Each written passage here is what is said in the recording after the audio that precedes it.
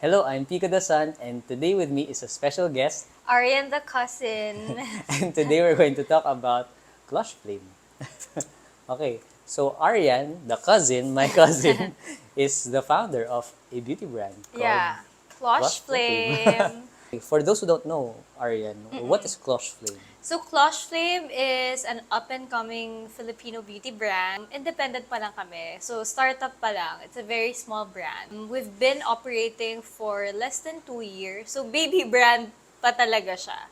What inspired you or Yeah. made you want to start your own My beauty own brand. Yeah. Cloche Flame originally was my high school journal. Oh, Yeah, okay. so when I was in high school, I started writing poetry. As in, I thought I was gonna be a writer, pero hindi. Obviously, hindi. Andito ako ngayon. So, hindi ako naging writer, guys. Naging owner ako ng beauty brand. Okay. So, yun nga, at that time kasi I was very insecure. I didn't accept myself. If you look like me back then, I was very morena, as in dark skin talaga ako, and like, I didn't have like super silky smooth hair. And nowadays, people are more woke, so they're more aware of social issues and stuff like that. But back then in high school, parang I felt like I didn't pass the ideal beauty standards. That time, Busmates pa tayo nun. busmates pa tayo nun. Busmates pa kami nun. Kasi Alright, isa alright. pa lang bahay namin nun. So, yun nga, during that time, I was very insecure. So, parang writing was my outlet. And I would write every day. I kept a journal and I named it Clocheflame. And Clocheflame was actually a play on my name. Kasi cloche is like the bell-shaped jar. Maybe you can insert a photo here. Yan. So, yeah, here. So, yun yung bell-shaped jar na ginagawa pang cover ng candles, ng, di ba, pag sa restaurants, yung food, kino-cover, ganyan. So, it's actually pronounced as cloche. Pero kasi Cloche. parang ang arte, so I made it cloche. Cloche. Okay. Yan. And then, flame is, so my last name is Amante. We're both Amantes. So, my last name is Amante. And Amante in Spanish is kind of like love. Lover. I don't want to say the real. So Amante Okay. in Spanish is kind of like love, lover, ganyan. So, parang kinonect ko na lang. Love, spark, flame. Okay. So that's when Love Clocheflame Spark started. So yun nga, and then one of my friends parang noticed na I was writing. He invited me to write poetry for our school newspaper back then. But like I didn't want anyone to know. So that's why I hid under the name Clocheflame. Oh, so Yeah. that was your pen name. Yeah, that Parang was my pen You had an name. article in the Manresan. Oo. So That's you were not, featured every month in the yeah, Manresan? almost every month Oh, I would nice. like, Hindi mo sinabi sa akin. secret nga, di ba? Nahiya ka talaga. Oo, Ganun so- ka ka-shy. Oo, ganun ako ka-shy. Okay, Like, okay. no one knew about it. As in, no one. Pero slowly, parang may isang kabarkada, nahahalata niya na nga na ako si Clocheflame. So sabi ko, sige na nga, I'll own this na. So This was in high school pa This was rin? in high school pa rin. Okay. So then, that's when I started vlogging.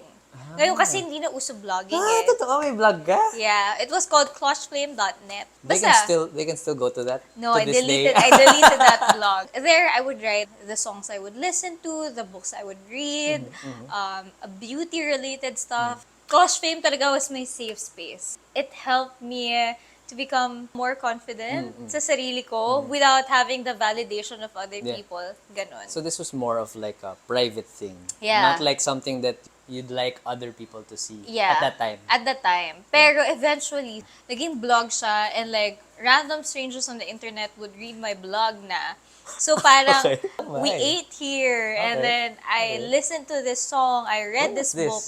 Ganito, mga first year college. Medyo nag-blow up siya. Kaya medyo ganun. Tapos, syempre sa college, super busy ka, di ba? As in, sobrang busy ka. So, medyo nawala yung time ko doon. So, What course did you take in college? I took up multimedia arts. Okay. So, sobrang, ewan ko, in line lahat ng ginawa ko sa buhay na hindi ko naman pinlano ganito yung mangyayari sa akin. Pero somehow, connected sila lahat. In college, we had to have our own portfolio. Kasi nga, design students kami, di ba? So, para ako, mag-iisip pa ba ako ng pangalan ng portfolio? That's why I decided that my portfolio would be Clocheflame pa rin. It was really all about, yung parang awakening ko ba sa sarili ko. Kasi, yun nga, yung parang process of accepting yourself and being more confident. I mean, I'm not there yet 150%, but having Clocheflame helped me a lot in somehow getting there. At least ngayon medyo mga nasa 80% na. Ganyan. Yun talaga yung journey ni Clocheflame. Of that name, no? From something So that helped you, personal, that yeah. helped you become confident in high Yeah, school. yeah. Now it's the name of your beauty brand. Yeah. Pero like when you were, say, a first year college student, was that something that you already knew that Like you wanted a beauty the brand? beauty brand. Actually, I think sa college na kasi we went to a really strict Catholic school, so simplicity is like Was one of the core virtues. yeah. So I couldn't really express myself through makeup and you Yeah, know, it wasn't allowed. it wasn't diba? allowed. Even like Yeah. mag-powder ka lang Johnson's baby powder, mahahalata nila na nag-powder Hair ka. gel, bawal. Hair gel, bawal.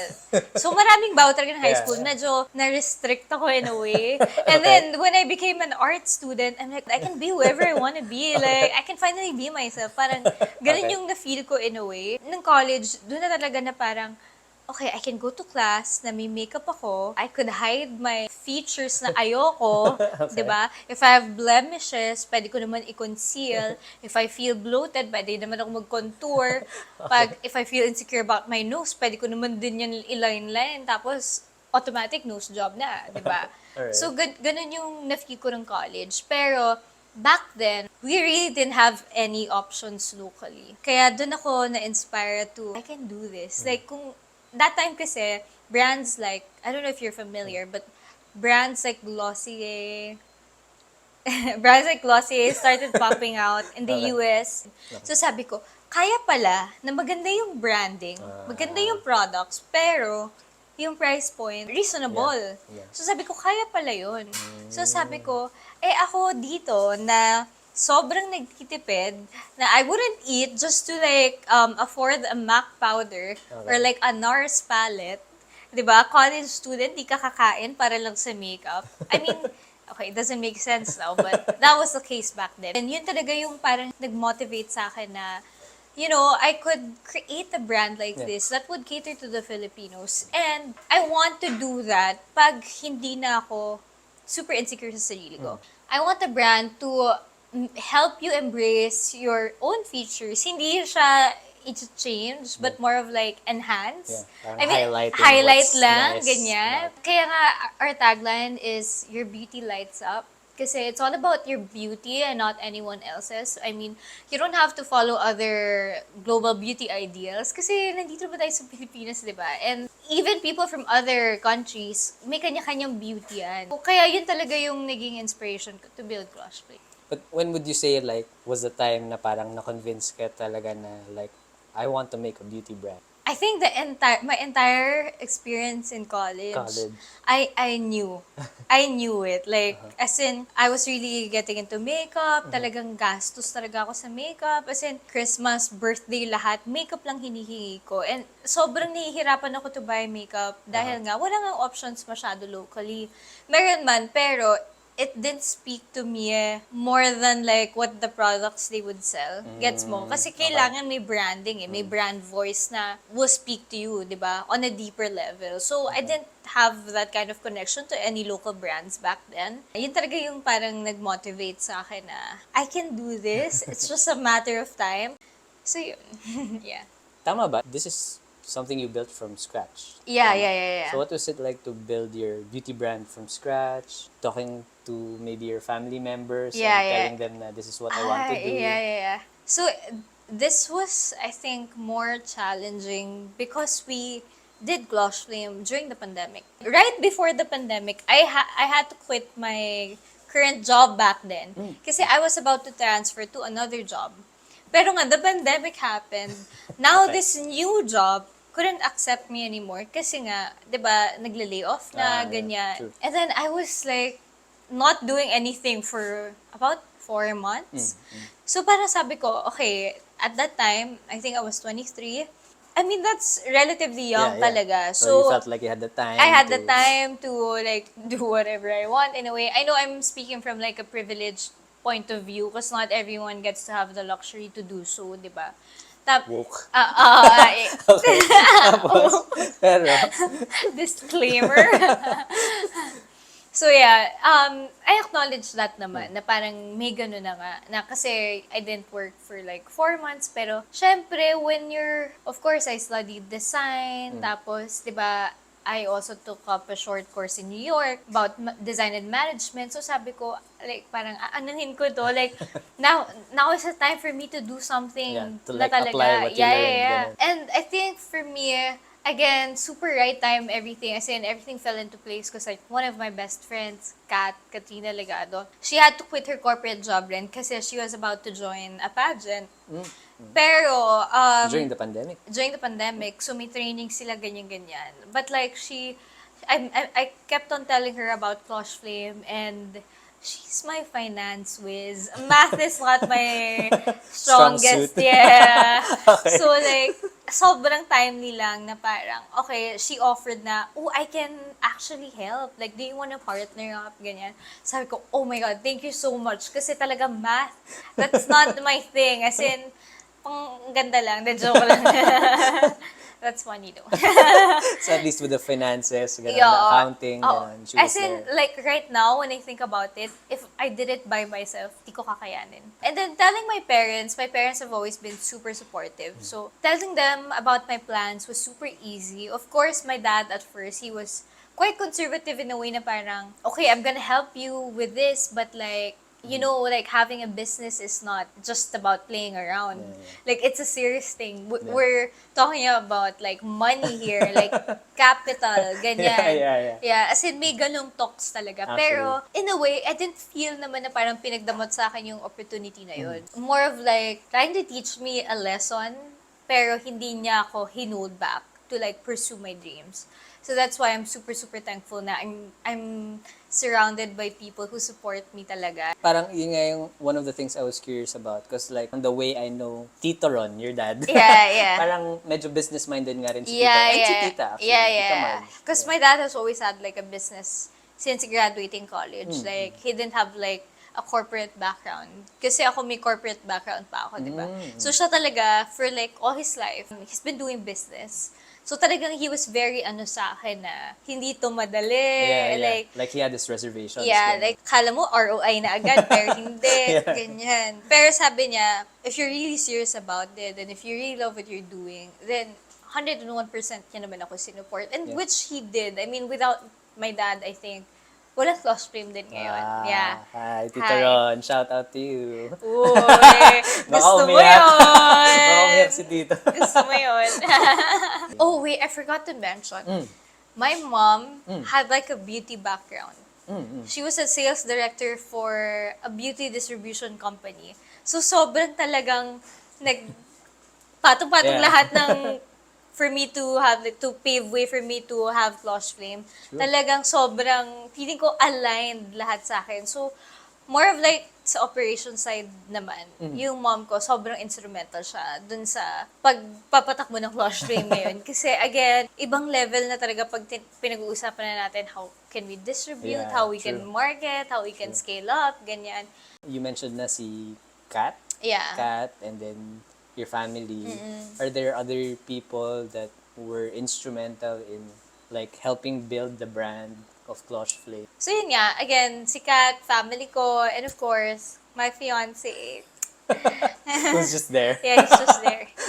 Babe, hindi na siya masaya. You'll So, find out why. That's yeah. in the other video. Part 2. Okay.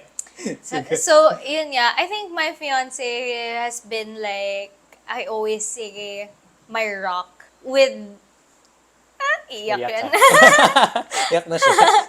Hindi, kasi like, being with me is not like the easiest thing to do. Okay.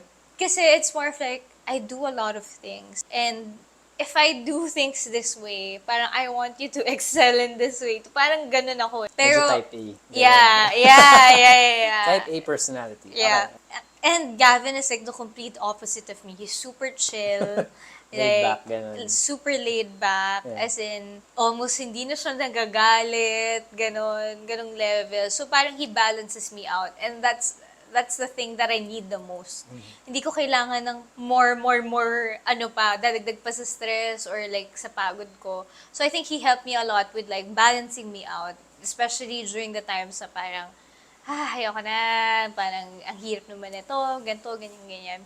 He was really my rock. I think siya talaga, until now, every day, who motivates me to like, be a better person, be a better businesswoman. Kasi of course, I have employees, ganyan. So yeah, I feel lucky na I am marrying the right person. Wow. Yeah. Gav on the side is just like, Yeah. okay. Sige. Okay, maybe a final question for you. If, for example, there's any person watching the video who might also be considering starting their own beauty brand, Yeah. would you have a message for them or advice? The rest is just noise.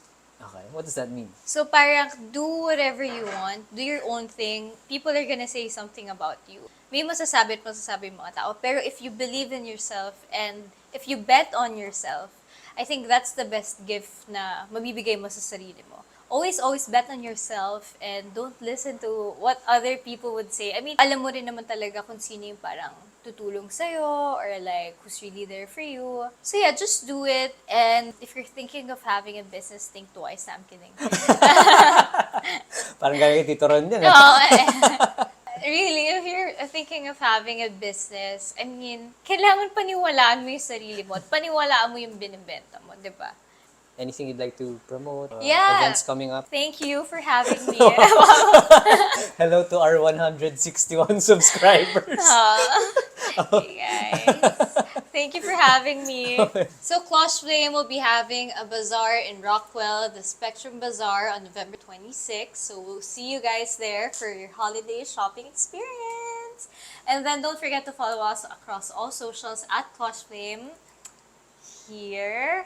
We're also available online on Shopee, Lazada, TikTok, BeautyMNL, Zalora, Frankie and Friends. But also we're available on Frankie and Friends, Rockwell Power Plant, second floor. There. Thank you for Thank having you. me. Thanks Thank for you. watching. Bye. Bye. Okay. Okay ba? Galing. Good job. Yun na yun. Okay ba?